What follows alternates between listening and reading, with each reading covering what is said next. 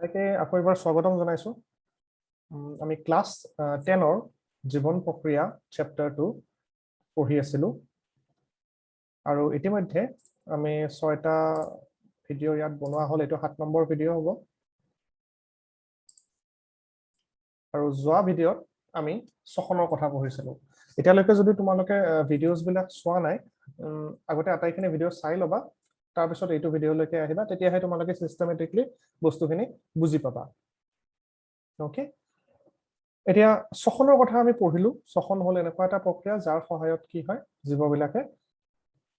নিজৰ যেটো খাদ্যবস্তুৰ পৰা শক্তিখিনি আহৰণ কৰে। খাদ্যবস্তুৰ পৰা শক্তি আহৰণ কৰা প্ৰক্ৰিয়াটোৱে হ'ল সাধাৰণতে ছখন প্ৰক্ৰিয়া। এতিয়া আমি সবাত আৰু অবাত ছখনৰ কথা পঢ়িছিলো। অবাত ছখনত অক্সিজেনৰ প্ৰয়োজন নহয় আৰু সবাত ছখনত অক্সিজেনৰ প্ৰয়োজন হয়। এতিয়া যেহেতু মানুহবোৰ কি হয়, মানুহবোৰ হ'ল অবাত ছখন কৰা জীৱ, হয় নে নহয়? কাৰণ আমি অক্সিজেনৰ উপস্থিতিত বাচি থাকো, আমাৰ অক্সিজেন অতিশয় প্ৰয়োজনীয়। এতিয়া ইয়াত এই পেৰাগ্ৰাফটোত কি কৈছে চোৱা, আমি ইয়াৰ আগৰখিনি ইতিমধ্যে পঢ়িলো। যেহেতু সবাত ছখন প্ৰক্ৰিয়াত অক্সিজেনৰ আৱশ্যক হয়, সেইকাৰণে সবাত ছখন কৰা জীৱবিলাক সবাত জীৱ বুলি কৈছে, সমূহে পৰ্যাপ্ত পৰিমাণৰ অক্সিজেন সেৱনৰ প্ৰয়োজনীয়তা থাকে। তোমালোকে মই লাষ্ট ভিডিঅ'টোত কৈছিলো যে মানুহৰ শৰীৰত কিন্তু সবাত ছখনটো হয়, মেইনলি প্ৰধান আমাৰ হ'ল সবাত ছখন, কিন্তু আমাৰ পেশীকোষবিলাকত কেতিয়াবা লেক্টিক এচিডো উৎপন্ন হয়, অবাত ছখন এটাও প্ৰক্ৰিয়া চলি থাকে। ঠিক আছে, কিন্তু সেইটো কেতিয়াবাহে, যেতিয়া আমি অধিক পৰিশ্ৰম বা অত্যাধিক শক্তি লগা হয় তেতিয়াহে হ'ব। কিন্তু এনে ইন জেনেৰেল আমাৰ শৰীৰত কি হৈ থাকে, সবাত ছখন হৈ থাকে, যেটো অক্সিজেনৰ উপস্থিতিত আমি খাদ্যবস্তুবিলাক ভাঙো আৰু তাৰ পৰা শক্তি আহৰণ কৰো। এতিয়া ইয়াত কি কৈছে চোৱা, পৰ্যাপ্ত পৰিমাণৰ অক্সিজেন সেৱনৰ প্ৰয়োজনীয়তা থাকে। এতিয়া উদ্ভিদে পত্ৰৰন্ধ্ৰই দি বায়ু শোষণ কৰি অন্তঃকোষীয় ঠাইত মজুত ৰাখে, যাৰ ফলত ই চাৰিওকাষৰ স্পৰ্শ কৰি থকা কোষবিলাকৰ ব্যাপন প্ৰক্ৰিয়াৰে কাৰ্বন ডাই অক্সাইড আৰু অক্সিজেন গেছৰ বিনিময় সংঘটিত কৰিব পাৰে। এতিয়া চোৱা, মানুহৰ কথাখিনিতো আমি ক'লোৱে, কিন্তু মানুহৰ নিচিনাকে যিবিলাক উদ্ভিদ আছে, উদ্ভিদবিলাককো কিন্তু কি লাগিব, অক্সিজেন লাগে, হয় নে নহয়? আমি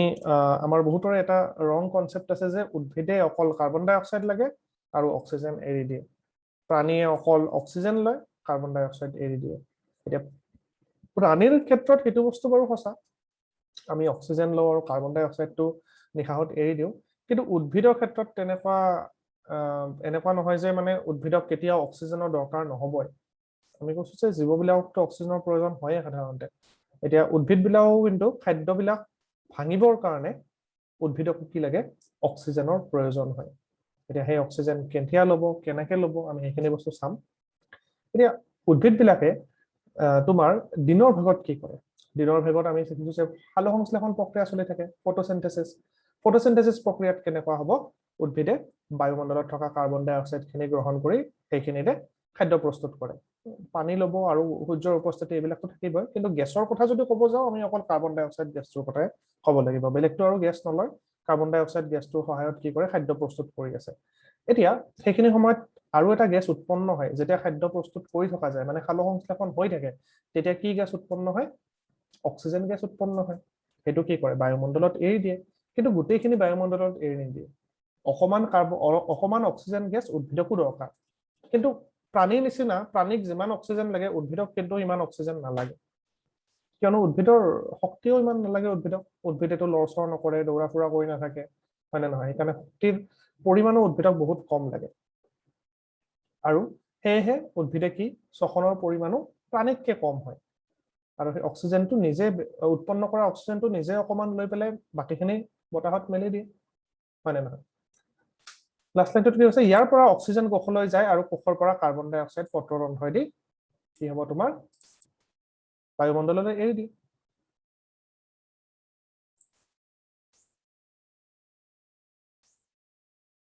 এতিয়া ব্যাপনৰ দিশ নিৰ্ভৰ কৰে পৰিৱেশৰ অৱস্থা আৰু উদ্ভিদৰ প্ৰয়োজনীয়তাৰ ওপৰত। এতিয়া কোনপিনে কি হ'ব, কাৰ্বন ডাই অক্সাইড উদ্ভিদৰ ভিতৰত সোমাব নে অক্সিজেন সোমাব, সেইটো কি কৰিব, সেইটো নিৰ্ভৰ কৰিব বিশেষ অৱস্থাৰ ওপৰত। ধৰা ৰাতিটো সালোকসংশ্লেষণ নহয়, হয় নে নহয়? কিন্তু শ্বসন প্ৰক্ৰিয়াটো ৰাতিও চলি থাকিব। সেইকাৰণে কোৱা হয় উদ্ভিদে ৰাতি কি হয়, তোমাৰ মানুহৰ নিচিনাকে মানে তোমাৰ ব্যৱহাৰ কৰে বা মানুহৰ নিচিনা লক্ষণবিলাক দেখায় মানে কাৰ্বন ডাই অক্সাইড এৰাৰ ক্ষেত্ৰত কৈছো মানে মানুহৰ নিচিনাটো লৰচৰ কৰিব নোৱাৰে কিন্তু কি কৰে মানুহে যেনেকুৱাকৈ অক্সিজেন লয় কাৰ্বন ডাই অক্সাইড এৰে উদ্ভিদেও ৰাতি হলে কি কৰে তোমাৰ কাৰ্বন ডাই অক্সাইডটো সি এৰি দিয়ে বায়ুমণ্ডলত আৰু অক্সিজেনটো গ্ৰহণ কৰে অক্সিজেনটো এনেও লৈয়ে আছে হয় নহয় এতিয়া ৰাতিৰ ভাগত সালোকসংশ্লেষণ সংঘটিত নোহোৱাৰ কাৰণে ৰাতিহে উদ্ভিদে CO2 বেছিকৈ নিৰ্গত কৰে এটা দিনতো চোৱা দিনতো কাৰ্বন ডাই অক্সাইড নিৰ্গত কৰে কিন্তু দিনত কেনেকুৱাকৈ কাৰ্বন ডাই অক্সাইড নিৰ্গত কৰিব আৰু নিৰ্গত কাৰ্বন ডাই অক্সাইডৰ পৰিমাণ আসলতে বহুতেই কম হয় বা কেতিয়াবা কেনেকুৱা হয় নিৰ্গত নকৰে কিন্তু কাৰ্বন ডাই অক্সাইড উৎপন্ন কিন্তু দিনতো হ'ব কাৰণ শ্বসনটো দিনতো হৈ আছে কিন্তু সেই কাৰ্বন ডাই অক্সাইডখিনি বাহিৰত ওলাই যাবই নাপায় উদ্ভিদে আকৌ ব্যৱহাৰ কৰি লয় কাৰণ ফটোচিনথেসিস বা সালোকসংশ্লেষণতো সেইখিনি লাগে দৰকাৰ হয় সেইকাৰণে দিনৰ ভাগত কি হৈ থাকে সেই কাৰ্বন ডাই অক্সাইডখিনি বাহিৰত নোলায় অক্সিজেনখিনি ওলাই যায় কিন্তু ৰাতিৰ ভাগত তেনেকুৱা নহয় ৰাতিৰ ভাগত যেহেতু ফটোচিনথেসিস বা সালোকসংশ্লেষণ হৈ নাথাকে তেতিয়া বেছিভাগ কি গেছ উৎপন্ন হয় তোমাৰ কাৰ্বন ডাই অক্সাইডখিনি বাহিৰত ওলাই দিয়ে সেইকাৰণে ৰাতি কেতিয়াবা কয় ন গছৰ তলত শুব নালাগে কাৰণ কিয় গছে কাৰ্বন ডাই অক্সাইড বহুত উৎপন্ন কৰে এজোপা যদি ডাঙৰ গছ থাকে তেতিয়াহ'লে সি বেছি পৰিমাণৰ কাৰ্বন ডাই অক্সাইড নিৰ্গত কৰিব আৰু তাৰ তলত যদি কোনোবা মানুহ এজন শুই থাকে তেতিয়া তাৰ উশাহ লওঁতে কি হ'ব পাৰে প্ৰব্লেম হ'ব পাৰে দিগদাৰ হ'ব পাৰে সেইকাৰণে গছৰ তলত ৰাতি শুব নকয় ডাঙৰ গছৰ তলত আমাৰ বহুতে আকৌ কয় ন গছৰ তলত ভূত থাকে ৰাতি যাব নাপায় হয় নে নহয় তেনেকুৱা কথাবিলাকৰ আচলতে সাইন্টিফিক ৰিজনবিলাক চাব গ'লে এনেকুৱা আহে হয় এতিয়া গম পালা গছৰ তলত কিয় ৰাতি মানে শুব নালাগে এইটো হ'ল তাৰ কাৰণ এখন ব্লেংকেটৰ নিচিনা কাৰ্বন ডাই অক্সাইডখিনি তোমাৰ ওপৰত আহি যাব উশাহ নিশাহ লওঁতে অকমান প্ৰব্লেম হ'ব তেনেকুৱা এতিয়া প্ৰাণীসমূহে বায়ুমণ্ডলৰ পৰা অক্সিজেন গ্ৰহণ কৰা আৰু দেহত উৎপন্ন কৰা হোৱা কাৰ্বন ডাই অক্সাইড নিৰ্গত কৰাৰ বাবে বিভিন্ন ধৰণৰ অংগ ব্যৱহাৰ কৰে এতিয়া আমি প্ৰাণীলৈকে আহিছো প্ৰাণী বেলেগ প্ৰাণীয়েনো কেনেকুৱাকৈ মানে অক্সিজেনটো ল'ব এতিয়া চোৱা আমি সবাত জীৱবিলাকে চাম অবাত শ্বসনৰ জীৱবিলাক এতিয়া আৰু নাচাওঁ মানে ইষ্টৰ কথা নপঢ়ো আমি যাক অক্সিজেন লাগে সেইখিনি জীৱৰ কথাহে আমি বেছিকৈ পঢ়িম মানুহৰ কথাও চাম তাৰ আগতে আমি কিছুমান বেলেগ জীৱৰ কথাও চাই লওঁ এতিয়া চোৱা ইয়াত কি হৈছে স্থলচৰ প্ৰাণীবোৰে মানে টেৰিষ্ট্ৰিয়েল যিবিলাক এনিমেলছ আছে বায়ুমণ্ডলৰ পৰা পোনপটীয়াকৈ অক্সিজেন গ্ৰহণ কৰিব পাৰে কিন্তু জলচৰ প্ৰাণীবোৰে পানীত দ্ৰৱীভূত হৈ থকা অক্সিজেনহে শোষণ কৰিব পাৰে চোৱা আমাৰ ক্ষেত্ৰত সুবিধা আমাৰ মানে কি এতিয়া গৰু ছাগলী মানুহ আমি কি স্থলচৰ বিলাকে কি কৰিব যিখিনি বায়ুমণ্ডলত থকা অক্সিজেন আছে সেইখিনি আমি কি কৰিম গ্ৰহণ কৰিম বায়ুমণ্ডলত অক্সিজেনৰ পৰিমাণ কিন্তু পানীতকৈ বেছি পানীতো অক্সিজেন দ্ৰৱীভূত হৈ থাকে কিন্তু সেইটো পৰিমাণ বহুত কম বায়ুমণ্ডলত ধৰা তোমাৰ 21% মান থাকে পানীত কিন্তু ইমান % অক্সিজেন নাথাকে ঠিক আছে আৰু বায়ুমণ্ডলৰ পৰা লোৱাৰ কাৰণে আমাৰ হাওঁফাওঁ আছে বা তেনেকুৱা ধৰণৰ কিবা বেলেগ অৰ্গেনিজম বিলাকৰ বেলেগ পদ্ধতি আছে এতিয়া ইয়াত কৈছে চোৱা যিহেতু পানীত মিহলি হৈ থকা অক্সিজেনৰ পৰিমাণ বায়ুত মিহলি হৈ থকা অক্সিজেনৰ পৰিমাণতকৈ তুলনামূলকভাৱে কম সেয়েহে জলচৰ প্ৰাণীয়ে স্থলচৰ প্ৰাণীতকৈ খৰকৈ উশাহ লয় মাছে চাবা এনি টাইম পানী লৈয়ে থাকে পানী খায়ে থাকে আচলতে পানী যে মুখেদি গৈ থাকে পেটত গৈ নাথাকে এটা ফুলৰ সহায়ত কাণৰ ওচৰত যে ফুল থাকে সেই তাৰ সহায়ত কি হৈ থাকে পানীখিনি ওলাই গৈ থাকে কিন্তু এইটো খৰকৈ কিয় কৰি থাকে কাৰণ সিহঁতক অনবৰত শৰীৰত কি লাগে অক্সিজেনটো লাগি থাকিব কিন্তু পানীত ইমান অক্সিজেন নাই দ্ৰৱীভূত হৈ থকাটো সেইকাৰণে পানীটো বাৰে বাৰে লৈ থাকিব লগা হয় আৰু পানীত যদি অক্সিজেনৰ পৰিমাণ কমি যায় বহুত তেতিয়াহ'লে কি হ'ব মাছবিলাক অকালতে মৰি যোৱাৰ নিচিনাও দেখা পোৱা যায় কেতিয়াবা চাবা মাছ মৰি ভাহি থাকে কিবা কাৰণত যদিহে ওপৰত শেলাই বেছি হৈ গৈছে বা কিবা কাৰণত যদি তোমাৰ অলাগতিয়াল পদাৰ্থ তাত পুখুৰীত পেলোৱা গৈছে তেনেকুৱা অক্সিজেনৰ পৰিমাণ যদি বহুত কমি যায় তেতিয়া কিন্তু মাছবিলাকৰ তেনেকুৱা কি হয় মৃত্যুমুখত পৰে এতিয়া মাছে কি কৰে চোৱা মাছে মুখেৰে লোৱা পানীভাগ ফুলৰ মাজেদি জোৰকৈ এৰি দিয়ে এতিয়া ফুল মানে কি মাছৰ কাণৰ ওচৰত থকা ফুলৰ সহায়তে মাছে কি কৰে উশাহ নিশাহ ল'ব পাৰে ফলত ফুলত বিয়পি থকা ৰক্তনলিকাবিলাকে ইয়াৰ পৰা অক্সিজেন ভাগ গ্ৰহণ কৰি ৰাখে চ' মাছৰ কাণৰ ওচৰত যিটো ফুল থাকে ঠিক আছে সেই তাৰ পৰাই কি কৰে তাৰ ওচৰত কি আছে বহুতো ৰক্তনলিকা কিছুমান থাকে সেই ৰক্তনলিকাই কি কৰে অক্সিজেনটো লৈ লয় ইয়াত প্ৰশ্ন এটা এনেকুৱা ধৰণৰ হ'ব পাৰে যে জলজ প্ৰাণীবোৰে কিয় খৰকৈ উশাহ নিশাহ লয় তাৰ উত্তৰটো হ'ব যেহেতু পানীত মিহলি থকা অক্সিজেনৰ পৰিমাণ বায়ুত মিহলি হৈ থকা অক্সিজেনৰ পৰিমাণতকৈ তুলনামূলকভাৱে কম সেইকাৰণে জলজ প্ৰাণীবিলাকে কি কৰিব লাগে তোমাৰ বেছি খৰকৈ উশাহ লয় এতিয়া স্থলচৰ পানীৰ ক্ষেত্ৰত আহিছো স্থলচল প্ৰাণীয়ে কি কৰে স্থলচল প্ৰাণীবোৰে শ্বসনত বায়ুমণ্ডলীয় অক্সিজেন ব্যৱহাৰ কৰে বায়ুমণ্ডলত থকা অক্সিজেন লয় বায়ুমণ্ডলৰ অক্সিজেন প্ৰাণীসমূহে সিহঁতৰ বেলেগ বেলেগ শ্বসনাংগৰ দ্বাৰা শোষণ কৰি লয় এতিয়া বেলেগ বেলেগ শ্বসনৰ কাৰণে বেলেগ বেলেগ অংগ থাকে কিছুমানে আকৌ নিজৰ স্কিনেৰেও ল'ব পাৰে ঠিক আছে আৰু কিছুমানৰ কাৰণে হাওঁফাওঁ আছে এই শ্বসনাংগবোৰ গঠন এনেধৰণৰ হয় যাতে বায়ুমণ্ডলৰ সান্নিধ্যলৈ আহিলে এইবোৰ সহজে অক্সিজেন শোষণ কৰি ল'ব পাৰে এটা আমাৰ মানুহৰ কথাই ভাবাচোন কেনেকুৱা ধৰণৰ হ'ব ভিতৰত হাওঁফাওঁ আছে ভিতৰলৈ কি হয় অক্সিজেন শোষণ কৰি ল'ব পৰা এটা ব্যৱস্থা আছে গতিকে শ্বসনাংগৰ অক্সিজেন আৰু কাৰ্বন ডাই অক্সাইড বিনিময় হোৱা শ্বসন পৃষ্ঠ কোষবোৰ অতিশয় সুষম আৰু সুকোমল আচলতে অক্সিজেন বিলাক ল'ব লাগিব এতিয়া ডাঠ হলেতো অক্সিজেন বিলাক ল'ব নোৱাৰিব পাতল হ'ব লাগিব কোমল হ'ব লাগিব তেতিয়াহে বায়ুমণ্ডলীয় অক্সিজেনখিনি আৰামছে ল'ব পাৰিব যদি ডাঠ এটুকুৰা কিবা হয় তোমাৰ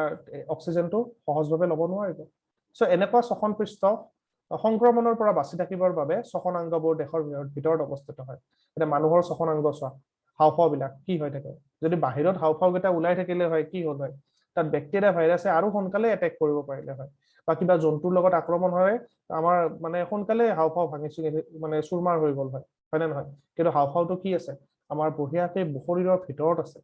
পটককে তাত একো বস্তুৱে আক্ৰমণ কৰিব নোৱাৰে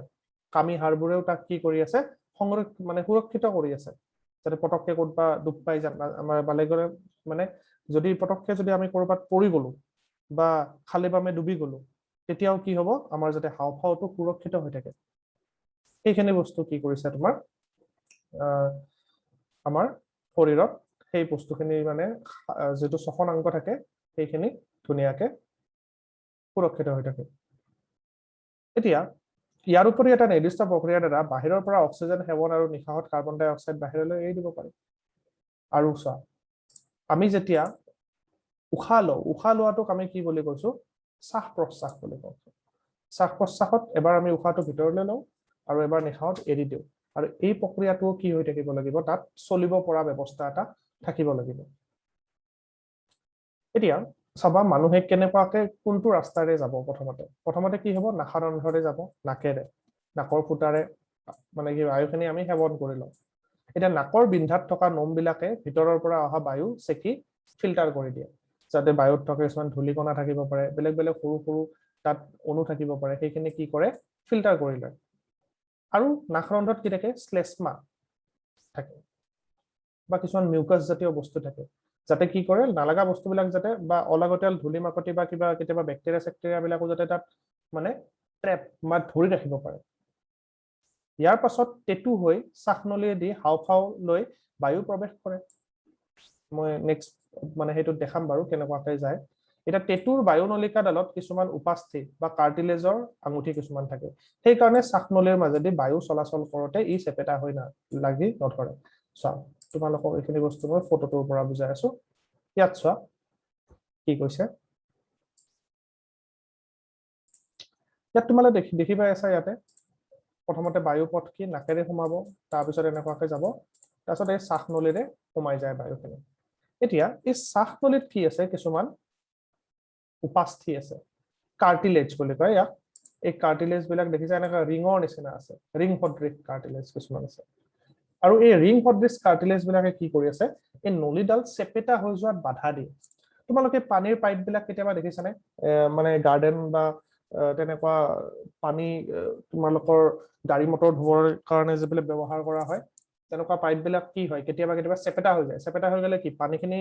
তাৰ মাজেৰে পৰিবাহিত নহয় তেনেকুৱা ধৰা আমি শুই থাকোতে বোলে কি হ'ল ডিঙিৰ যেটো শ্বাসনলী আছিল সেইডাল চেপেটা হৈ থাকিল তেতিয়া আমি ৰাতিটো উখাই ল'ব নোৱাৰিম হয়নে নহয় তাৰ কাৰণে কি থাকে কিছুমান ৰিং টাইপৰ কাৰ্টিলেজ টাইপৰ থাকে আৰু সেইখিনি কি কৰিব আমাক সহায় কৰিব কিহৰ কাৰণে তোমাৰ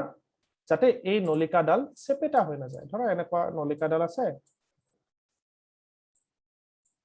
এডাল নলিকা আছে তাত কি থাকে কিছুমান এনেকুৱা ৰিঙৰ নিচিনা বস্তু থাকে কাৰ্টিলেজেনাছ ৰিং কিছুমান থাকে যাতে সেইডাল কি হৈ যাব নোৱাৰে চেপেটা হৈ যাব নোৱাৰে ঠিক আছে উপাস্থি বুলি কৈছে ইয়াতে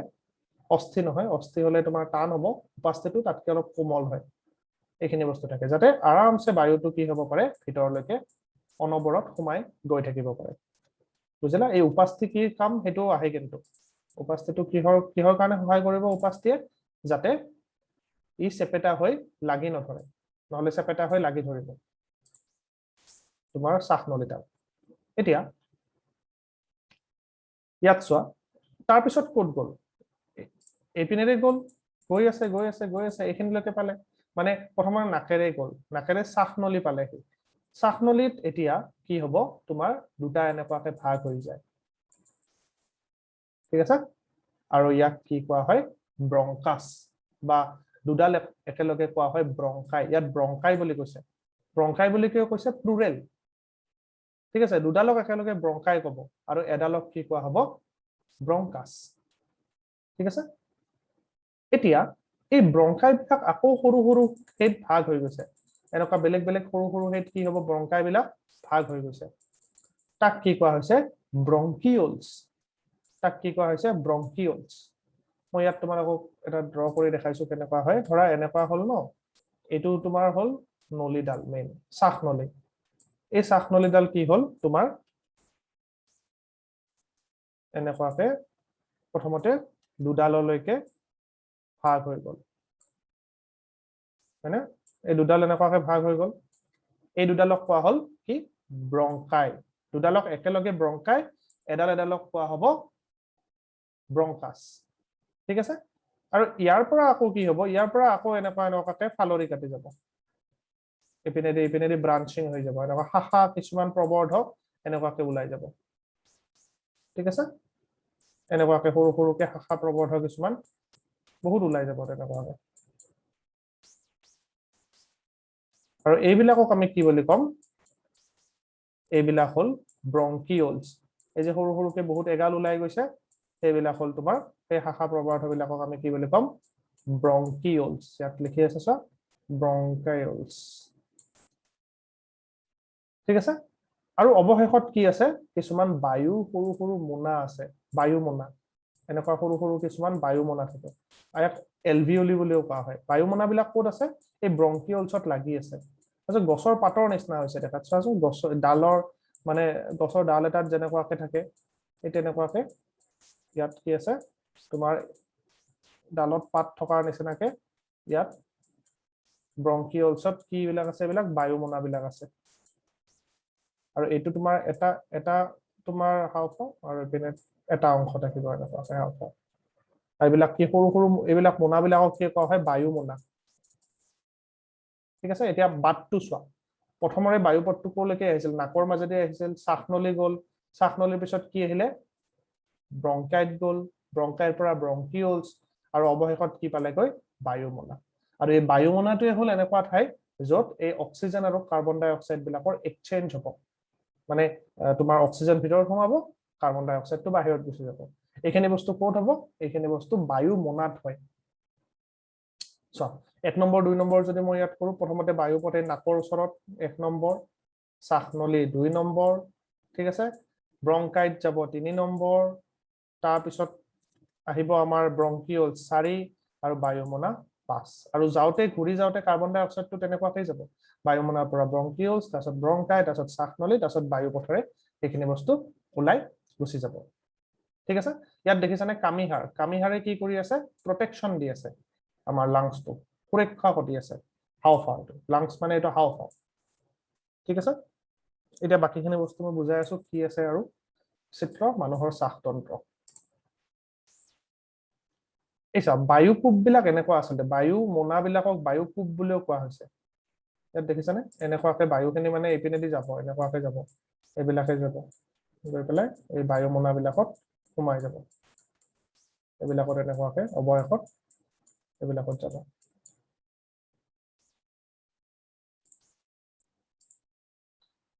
এতিয়া ইয়াত চোৱা এই পেৰাগ্ৰাফটোত কি কৈছে হাওঁফাওঁৰ ভিতৰত শ্বাসনলীডাল সৰু সৰু কিছুমান শাখাত বিভক্ত হৈ ক্ষুদ্ৰ ক্ষুদ্ৰ বেলুনৰ নিচিনা কি হয় কিছুমান ক্ষুদ্ৰ ক্ষুদ্ৰ অংশৰ সৃষ্টি কৰে ঠিক আছে এনেকুৱা বেলুন সদৃশ অংগবোৰক কি কোৱা হয় বায়ুকোপ বা এলভিঅলি বুলি কোৱা হয় বায়ু মোনা বুলিও ক'ব পাৰা বায়ুকোপ বায়ুমোনা বা এলভিঅলি বুলি কোৱা হয় বায়ুকোপ বিলাক অসংখ্য ক্ষুদ্ৰ ক্ষুদ্ৰ ৰক্ত কেশিকাৰ জালিকা গঠন কৰে আচলতে ধৰা মই এটা বায়ুকোপ এটা আঁকি দেখাই আছো এনেকুৱা ধৰা এটা বায়ুকোপ এইটো ধৰা এটা বায়ুকোপ ঠিক আছে বায়ুৰ মানে এনেকুৱা মোনাৰ নিচিনা ইয়াৰ চাৰিওপিনে কি থাকে ৰক্ত নলিকাবিলাক থাকে সৰু সৰু ৰক্তবাহী নলিকাবিলাক এনেকুৱাকৈ ইয়াক আগুৰি থাকে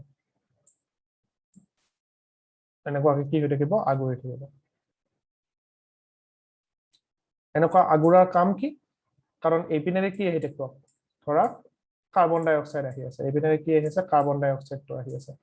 কাৰ্বন ডাই অক্সাইডটো এইপিনেৰে আহি আছে আহি পেলাই ক'ত সোমাই যাব কাৰ্বন ডাই অক্সাইডটো তোমাৰ ইয়াৰ ভিতৰত সোমাই গ'ল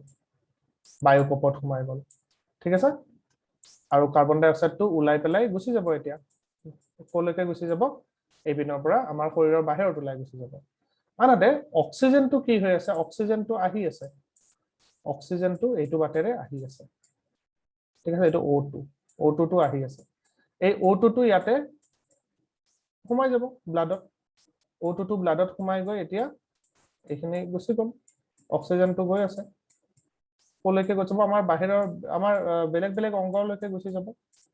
বাহিৰত নাযায় আৰু এইটো ভিতৰত সোমাই গ'ল এইটো বেলেগ বেলেগ অংগলৈকে অক্সিজেনটো গুচি গ'ল দেখিলানে কাৰ্বন ডাই অক্সাইডটো কেনেকুৱাকে গোটেই শৰীৰৰে লৈ আহি শৰীৰৰ পৰা তেজে লৈ আহি ক'ত এৰি দিব এই লাংছত বা হাওফাওৰ এই যিবিলাক বায়ুকোপ আছে বায়ুকোপত এৰি দিব আৰু বায়ুকোপে কি কৰিব এইখিনি বাহিৰ কৰি দিব কোষৰ বাহিৰত প্ৰথম বায়ুমনাৰ পৰা বায়ুকোপৰ পৰা ব্ৰংকিঅলছলৈকে যাব তাৰপিছত ব্ৰংকাইলৈকে যাব তাৰ নাকেৰে ওলাই যাব কাৰ্বন ডাই অক্সাইড আৰু নাকেৰে লোৱা বাকী যিখিনি আমি বেলেগ গেছ আছিল এতিয়া চোৱা এনেকুৱা নহয় কিন্তু আমি উশাহ লওঁতে অকল অক্সিজেন লওঁ সোমাওঁতে গোটেইবিলাক গেছে সোমায় কিন্তু অক্সিজেনটোহে কি হয় অকল আমাৰ তেজলৈকে গতি কৰে এতিয়া আমি আগৰ শ্ৰেণীত পঢ়ি আহিছো যে উশাহ লোৱাৰ সময়ত আমাৰ কামি হাড়ডাৰ ওপৰলৈ উঠি দিয়াৰ বাবে মধ্যস্থদাখন নিম্নগামী হৈ তলপিনে গতি কৰে আৰু এই তেতিয়াই বক্ষ গহ্বৰটো ডাঙৰ হৈ পৰে এতিয়া এইখিনি বস্তু এটা ইম্পৰ্টেন্ট বস্তু চাই লোৱা কি হয় ইয়াত চোৱা আৰু এটা বস্তু আছে মধ্যস্থদাখন মই ৰঙাকে ইয়াত তলত দেখাইছো এইখিনি ঠাইত আছে দেখিছানে কামি হাড়ৰ তলেৰে এইখিনি ঠাইত আছে ফটোখন মই গোটেইখন দেখাই আছো ইয়াত মধ্যস্থদা ক'ত আছে মধ্যস্থদা হল এইখন এই মধ্যস্থদাখনে কি পৃথক কৰি আছে মধ্যস্থদাৰ তলত আছে আমি এইখিনি সাধাৰণ ভাষাত পেট বুলি কওঁ হয় না নহয় এবডোমেন ইংৰাজীত কয় ঠিক আছে আৰু ইয়াৰ ওপৰৰ পাৰ্টখিনি হল তোমাৰ বক্ষ বা স্থৰাক্স ঠিক আছে এইটো কেভিটি এইকেইটা মানে এইখিনি এটা কেভিটি বুলি কয় গহ্বৰ এইটো এটা গহ্বৰ আৰু এই তলৰ পিনেও এখন গহ্বৰ আৰু মাজত কোনে পৃথক কৰি আছে মাজত পৃথক কৰি থকা বস্তুটো হলে এই মধ্যস্থদাখনে পৃথক কৰি আছে ঠিক আছে ডাঠকে যে এইখন দিছো এইখন হল মধ্যস্থদা এইখন এখন মঙহাল মানে এখন হেই তোমাৰ আৱৰণীৰ নিচিনা মধ্যস্থদাখন আৰু মধ্যস্থদাখন তল ওপৰ হৈ থাকে যেতিয়া তল ওপৰ হৈ থাকে উশাহ নিশাহ লওঁতে আচলতে আমি তোমালোকে নিজেই গম পাবা যেতিয়া উশাহটো ল'বা কি হয় মধ্যস্থদাখন অলপ তলৰ পিনে গুচি যায় যাতে এইখিনি এই গহ্বৰটো ডাঙৰ হৈ যায় যাতে উশাহখিনি ল'ব পাৰো আৰু যেতিয়া উশাহটো এৰি দিওঁ নিশাটো যেতিয়া এৰি দিওঁ তেতিয়া মধ্যস্থদাখন ওপৰৰ পিনে গুচি যায় যাতে সেইটো সৰু হৈ যায় ঠিক আছে তেনেকুৱা ধৰণৰ এইটো প্ৰচেছটো এইটো তেনেকুৱা ধৰণৰ হয় মধ্যস্থদাই সহায় কৰে মধ্যস্থদা যেতিয়া নিম্নগামী হ'ব তেতিয়া আমি উশাহ লোৱাত সহায় হয় এটা চা ডায়াফ্ৰাম বুলি কৈছে ইয়াতে মধ্যস্থদাখনক ইংৰাজীত কোৱা হয় ডায়াফ্ৰাম নিম্নগামী হৈ গতি কৰে আৰু তেতিয়াই বক্ষ গহ্বৰটো ডাঙৰ হৈ পৰে উশাহ লোৱাৰ সময়ত কি হ'ব বক্ষ গহ্বৰটো ডাঙৰ হ'ব লাগিব কাৰণ বক্ষ গহ্বৰৰ ভিতৰতে কি আছে হাওফাওটো সোমাই আছে ইয়াৰ ফলত হাওফাওৰ ভিতৰলৈ কি হয় বায়ুখিনি প্ৰৱেশ কৰে বায়ুখিনি তাৰ ফলত কি হ'ব হাওফাওৰ ভিতৰলৈকে প্ৰৱেশ কৰিব আৰু বায়ুকোপবিলাক বায়ুৰে পৰিপূৰ্ণ হৈ পৰিব বায়ুকোপ মানে কি আছে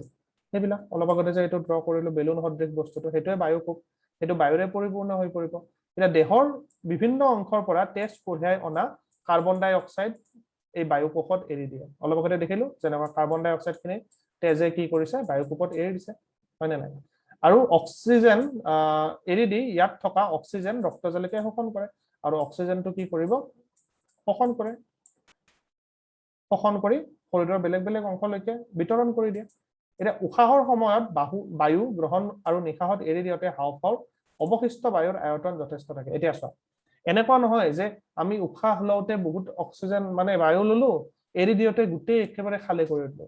অলপ পৰিমাণৰ বায়ু কিন্তু আমাৰ সদায় আমাৰ লাংছত বা বায়ুকোপ বিলাকত থাকি যায় কিহৰ কাৰণে থাকি যায় যাতে এই কাৰ্বন ডাই অক্সাইড আৰু অক্সিজেনৰ এইটো আদান প্ৰদানটো অনবৰত হৈ থাকিব পাৰে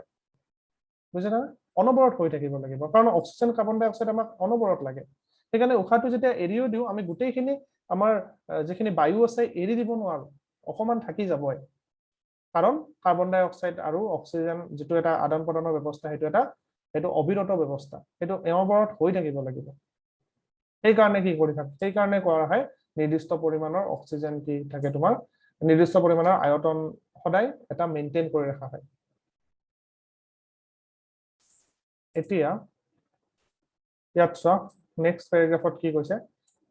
প্ৰাণীৰ আকাৰ যথেষ্ট ডাঙৰ হলে ব্যাপনৰ চাপো দেশৰ সকলো অংশত অক্সিজেন যথোপযুক্ত পৰিমাণে সৰবৰাহ কৰিব নোৱাৰে। এইটো চোৱা প্ৰাণীৰ আমাৰ যেনেকুৱা শৰীৰটো এতিয়া কি হ'ব, বহুত ডাঙৰ শৰীৰ হয় নে নহয়, মানুহৰে হওক বা তুলনামূলকভাৱে যদি বেলেগ মানে প্ৰাণীৰ লগত তুলনা কৰো, তেনেকুৱা হলে আমাৰ শৰীৰটো সিহঁততকৈ অলপ ডাঙৰ হয়। এতিয়া আমাক কি কৰিব, অকল সেই ব্যাপন বা সেই গেছেদি মানে গোটেই শৰীৰলৈকে গৈ নাপাব মানে, ঠিক আছে। সেই যিখিনি তোমাৰ অক্সিজেন থাকিব, গোটেই যদি শৰীৰ গৈ পাব লাগে, অকল সেই ব্যাপন প্ৰক্ৰিয়া দিয়ে যাব নোৱাৰিব। সেইকাৰণে আমাৰ তেজত কি আছে, তেজত এটা বস্তু আছে, কি বস্তু এইটো, এবিধ ৰঞ্জক পদাৰ্থ থাকে, যাক আমি কি বুলি কওঁ, আটাইয়ে জানা, হিমোগ্লোবিন। হিমোগ্লোবিন হল এটা কি প্ৰটিন, ঠিক আছে, আৰু ইয়াৰ অক্সিজেনৰ প্ৰতি বহুত আসক্তি আছে। আসক্তি মানে কি, তোমাৰ অক্সিজেনক ভাল পায় বুলি ক'ব পাৰা, আসক্তি আছে। ই অক্সিজেনৰ লগত পটককে কি কৰে, ৰিয়েকশ্যন কৰে, মানে অক্সিজেনটো কেৰি কৰিব পাৰে, ঠিক আছে। এতিয়া তেজৰ লোহিত ৰক্ত কণিকাই কি কৰিব পাৰে, এই হিমোগ্লোবিন বিলাক মানে তাত থাকে, মানে তেজত তোমালোকে জানা যে RBC থাকে হয় নে নহয়, তেজত বিভিন্ন ধৰণৰ তেজৰ কণা থাকে, চেল থাকে, RBC, WBC হয় নে নহয়। WBC আমাৰ প্ৰতিৰক্ষাত সহায় কৰে শৰীৰটোক, RBC কি কৰে, অক্সিজেন বিলাক কেৰি কৰাত সহায় কৰে, সাধাৰণতে সেইটোৱে মেইন কাম। কাৰণ RBCত কি থাকে, হিমোগ্লোবিন বোলা বস্তুটো ক'ত থাকে, তেজৰ RBCৰ ভিতৰত থাকে। ধৰা এইটো নলিকা তেজৰ, ঠিক আছে,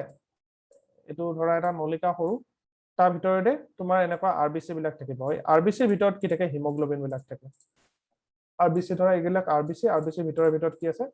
হিমোগ্লোবিন আছে। আৰু এই হিমোগ্লোবিন বিলাকে কি কৰিব, তোমাৰ অক্সিজেন বিলাক কঢ়িয়াই নিয়াত সহায় কৰে, তেনেকুৱা, ঠিক আছে। এতিয়া কাৰ্বন ডাই অক্সাইড অক্সিজেনতকৈ পানীত বেছি দ্ৰৱীভূত হয়, সেইকাৰণে কাৰ্বন ডাই অক্সাইড দ্ৰৱণীয় অৱস্থাত তেজত পৰিবহন কৰে। ইয়াত কি কৈছে, কাৰ্বন ডাই অক্সাইড খিনি কেনেকুৱাকৈ যাব, কাৰ্বন ডাই অক্সাইড খিনি ধৰা মই গ্ৰীণ কালাৰ দিছো, এইখিনি ইয়াতে দ্ৰৱীভূত হৈ যাব,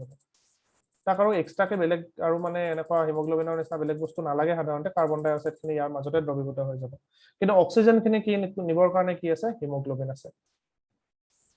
ঠিক আছে। ইয়াত আমি আৰু এটা কথা গম পালো যে পানীত বা যিকোনো লিকুইডত কাৰ্বন ডাই অক্সাইড বেছিকে দ্ৰৱণীয়, অক্সিজেন বেছিকে দ্ৰৱণীয় নহয়। তোমালোকে সেই কোল্ড ড্ৰিংকছ বা এনেকুৱা কিবা শীতল পানীয় এনেকুৱা এইবিলাক বস্তু খালেও তোমালোকে গম পাবা যে তাত যোনটো গেছ মিহলি হৈ থাকে, তাত কাৰ্বন ডাই অক্সাইড মিহলি হৈ থাকে, ঠিক আছে। সো এনেকুৱাকে কি হয়, তোমাৰ যিবিলাক স্থলচৰ প্ৰাণী আছে, সিহঁতে নিজৰ শৰীৰত অক্সিজেনৰ পৰিমাণটো অটুট ৰাখে। এতিয়া অক্সিজেনটো কিয় ইমান দৰকাৰী, কাৰণ সেই অক্সিজেনটো নহলে আমি শক্তি নাপাম, কাৰণ গ্লুকোজ অণুবিলাক ভাঙিবৰ কাৰণে এই অক্সিজেনটো অত্যন্ত প্ৰয়োজন। আমি আজি এইখিনি বস্তু শিকিলো, কোনটো ৰাস্তাৰে অক্সিজেন খিনি যাব, কোনটো ৰাস্তাৰে ওলাই যাব, আৰু কেনেকুৱাকে প্ৰচেছটো হ'ব, উশাহ নিশাহটো কেনেকুৱাকে লৈ যাব, মধ্যস্থতাৰ কাম কি, উপাস্থিৰ কাম কি, সেইবিলাক প্ৰশ্ন ইয়াৰ পৰা বহুত ইম্পৰ্টেণ্ট, ঠিক আছে। বায়ুৰ আয়তন, তোমাৰ এটা নিৰ্দিষ্ট পৰিমাণৰ কিয় বায়ুৰ আয়তন আমাৰ তোমাৰ বায়ুকোষ বিলাকত থাকিব লাগে, সেইটো বস্তু শিকিলো আমি। এতিয়া নেক্সট আমি পৰিবহনৰ কথা চাম, আমাৰ শৰীৰতনো কেনেকুৱাকে বস্তুবিলাক পৰিবহন হয়, বা উদ্ভিদৰ শৰীৰতে কেনেকুৱাকে বস্তুবিলাক পৰিবহন হয়, এইটো আমি নেক্সট ভিডিঅ'ত চাম, ঠিক আছে।